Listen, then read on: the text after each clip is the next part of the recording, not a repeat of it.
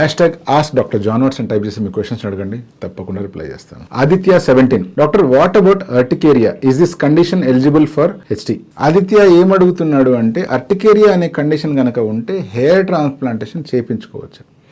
First మీరందరూ అర్థం చేసుకోవాల్సిన పాయింట్ అర్టికేరియా అంటే ఏంటి. మనం చాలామంది గమనిస్తూ ఉంటాము, ఏదైనా మనకి పడని వస్తువు మనం తిన్నా, లేకపోతే డస్ట్లో వెళ్ళినా, లేకపోతే కొన్నిసార్లు దోమలు కుట్టినా చిన్నగా దద్దుల్లాగా వస్తుంది.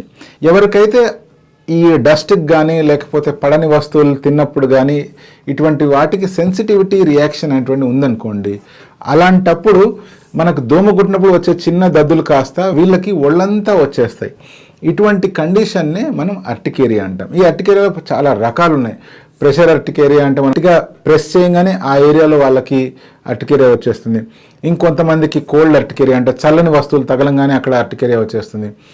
అట్లా రకరకాలుగా ఉన్నాయి. అంటే ఈ అర్టికేరియా అంటే ఒళ్ళంతా దద్దులు వచ్చేయడం అనమాట.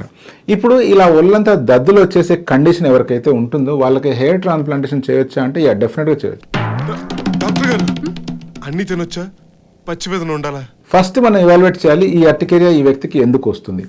ఆ వచ్చిన అర్టికేరియా ప్రాపర్ రీజన్స్ కనుక్కొని దానికి స్టెప్ బై స్టెప్ ట్రీట్మెంట్ ఇచ్చి ఎప్పుడైతే అర్టికేరియా కంట్రోల్లో ఉంటుందో అప్పుడు మనం హెయిర్ ట్రాన్స్ప్లాంటేషన్ ప్లాన్ చేయడం మంచిది. నేను ఎప్పుడు హెయిర్ ట్రాన్స్ప్లాంటేషన్కి క్లయింట్ని యాక్సెప్ట్ చేసినా ప్రతిసారి అలర్జిక్ రియాక్షన్స్ ఏమైనా ఉన్నాయా అనే పరీక్ష డెఫినెట్గా చేస్తూ ఉంటాను. ఎవరికైనా ఇలా అర్టికేరియల్ రియాక్షన్స్ వచ్చినప్పుడు ఇమీడియట్గా వాళ్ళకి తగిన ట్రీట్మెంట్ అందించి అర్టికేరియా పూర్తిగా తగ్గిన తర్వాతనే లేదా కంట్రోల్లో వచ్చిన తర్వాతనే దెన్ హెయిర్ ట్రాన్స్ప్లాంటేషన్ ప్లాన్ చేస్తాం.